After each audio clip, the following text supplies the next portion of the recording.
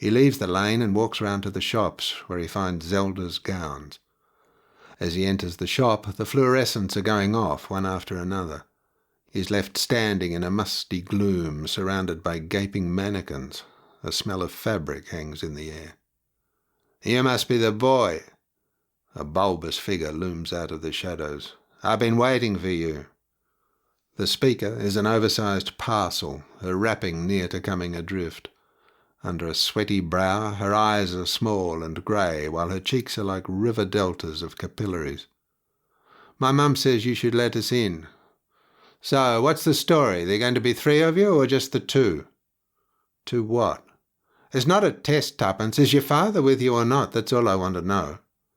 "He's coming later. He has to think about some things." "Is there a lot for him to think about?" "I don't know."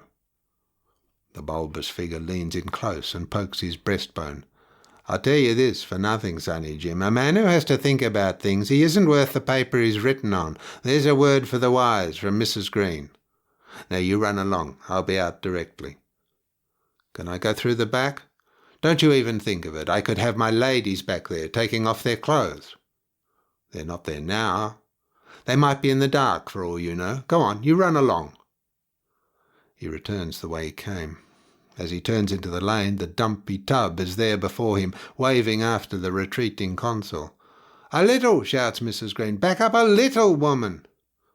The consul breaks. He comes up to Mrs. Green as she flaps her bodice against the heat, her jelly arms a-quiver. By the full light of day, the violets that enwrap her are iridescent.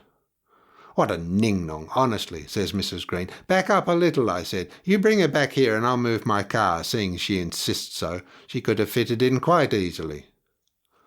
Mrs. Green hobbles towards a pale blue Humber, parked in the middle of a gravelled space behind her shop. She lurches from side to side with the grace of a vaulting horse. He waves to his mother to bring her car nearer. Mrs. Green flings open the Humber door, executes an awkward pivot, then throws herself back into the driver's seat with so much gusto her elephantine legs are left projecting through the open doorway.